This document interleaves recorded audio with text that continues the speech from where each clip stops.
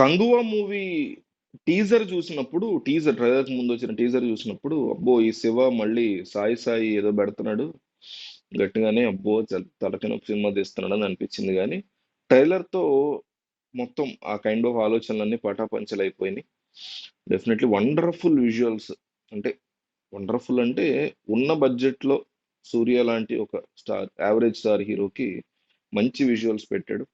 బాబీ డియోల్ అంటే బేసిక్ గా ఒక అడవిలో రెండు జాతుల మధ్య వైరం. ఈ ఎవరైతే మనకు బాహుబలిలో ఉంటారు కదా, కిలికి భాష మాట్లాడుతుంటారు వాళ్ళ పేరంటే, ఆ జాతులు రెండు గనక అడవిలో ఉండి వాళ్ళ మధ్య ఆధిపత్య పోరు కోసం ఫైట్ జరుగుతూ ఉంటే అందులో ఒక నిరంకుశ రాజు టైప్ లో బాబీ డియోల్ వర్గం అండ్ బాబీ డియోల్ ఉన్నప్పుడు యువతల బానిసత్వం వర్గంలో ఉన్న సూర్య బ్యాచ్ తిరగబడినప్పుడు ఫారెస్ట్ లో ఫైట్ ఎట్లా ఉంటుంది, ల్యాండ్ వేరే చోట ఫైట్ ఎట్లా ఉంటుంది, అండ్ షిప్ లో అంటే సీ మీద ఫైట్ ఎట్లా ఉంటుంది అనేది మొత్తం ట్రైలర్ లో ఈ కాన్సెప్ట్ ని చూపించారు.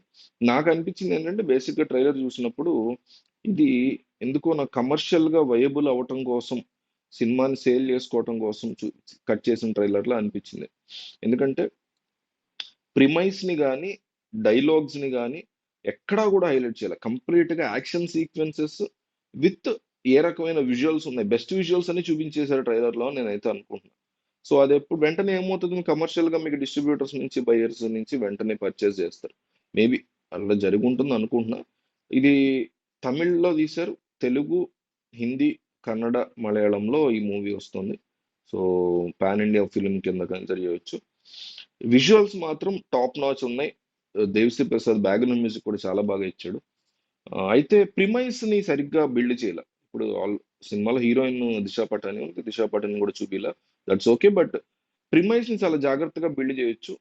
ఓవరాల్ గా కొన్ని డైలాగ్స్ కూడా అంత అంటే అసలు ముందు ఫస్ట్ వినిపించలే. తెలుగు డబ్బింగ్ అయితే వరస్ట్ గా ఉంది, తమిళ్లో కూడా డైలాగ్స్ అంత పసలేదు.